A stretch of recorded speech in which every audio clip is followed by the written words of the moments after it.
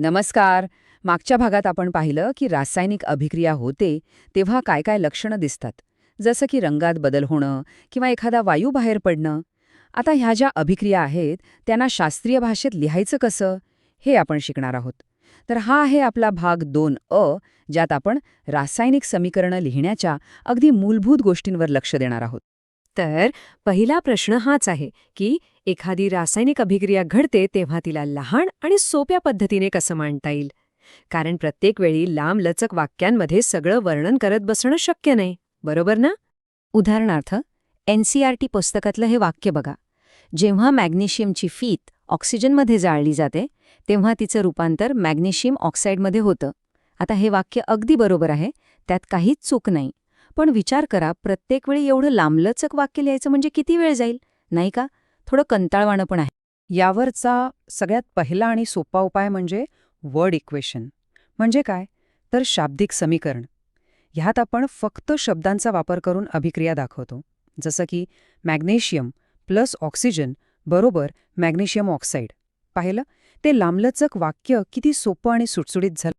आता बघा, ह्या समीकरणात 2 खूप महत्वाचे भाग आहेत. जे पदार्थ अभिक्रियेत भाग घेतात त्यांना आपण म्हणतो अभिक्रियाकारक, म्हणजेच रिॲक्टंट्स. हे नेहमी समीकरणाच्या डाव्या बाजूला म्हणजे LHS वर लिहिले जातात. आणि अभिक्रियेतून जे नवीन पदार्थ तयार होतात त्यांना म्हणतात उत्पादित, म्हणजेच प्रोडक्ट्स. आणि ते लिहिले जातात उजव्या बाजूला म्हणजेच RHS वर.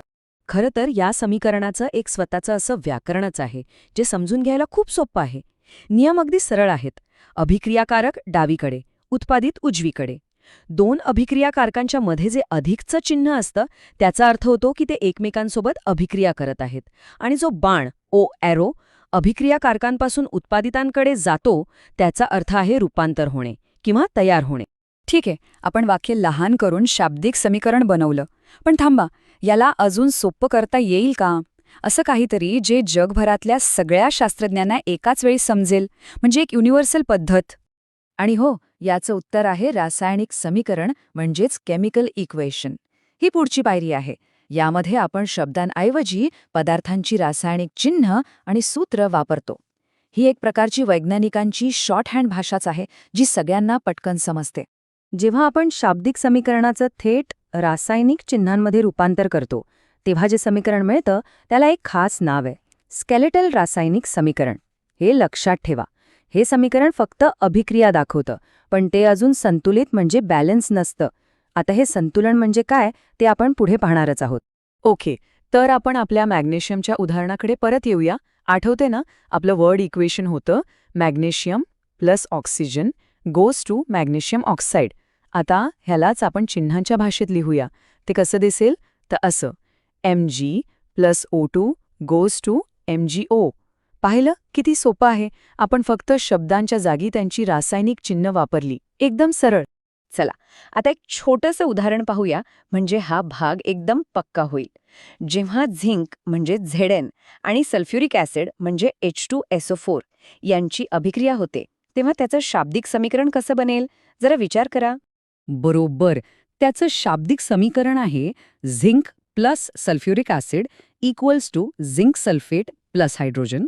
अगदी सोपं आहे. आणि आता ह्या शाब्दिक समीकरणाचं स्केलेटल समीकरण कसं दिसेल ते असं असेल, Zn plus H2SO4 goes to ZnSO4 plus H2. यात आपण काहीच वेगळं केलं नाही, फक्त प्रत्येक पदार्थाचं रासायनिक सूत्र त्याच्या नावाच्या जागी लिहिलं आहे. अच्छा, आता आपल्या पहिल्या समीकरणाकडे परत एकदा लक्ष देऊया. Mg plus O2 gives MgO. बरं, हे स्केलेटल समीकरण आपण लिहिलं तर खरं, पण जरा विचार करा, हे समीकरण असं जसं आहे तसं पूर्ण आहे का? म्हणजे रासायनिक दृष्टीने हे 100% बरोबर आहे का, की यात अजूनही काहीतरी कमी आहे? तर आज आपण काय शिकलो त्याचा एक छोटासा आढावा घेऊया. रासायनिक समीकरण म्हणजे अभिक्रियेचं एक सोपं संक्षिप्त रूप. अभिक्रियाकारक म्हणजेच रिॲक्टंट्स डाव्या बाजूला असतात, तर उत्पादित म्हणजे प्रॉडक्ट्स उजव्या बाजूला. शाब्दिक समीकरणात आपण पदार्थांची नाव वापरतो, तर स्केलेटल समीकरणात त्यांची चिन्हे आणि सूत्र वापरतो. पुढच्या भागात आपण या स्केलेटल समीकरणांना रासायनिकदृष्ट्या अचूक बनवण्यासाठी पुढची आणि अत्यंत महत्त्वाची पायरी कोणती आहे ते शिकणार आहोत. ते खूप इंटरेस्टिंग असणार आहे. आजच्या भागात अभिक्रियाकारक, उत्पादित किंवा स्केलेटल समीकरणांबद्दल काही शंका असेल तर कमेंट्समध्ये नक्की विचारा. आपण भेटूया पुढच्या भागात.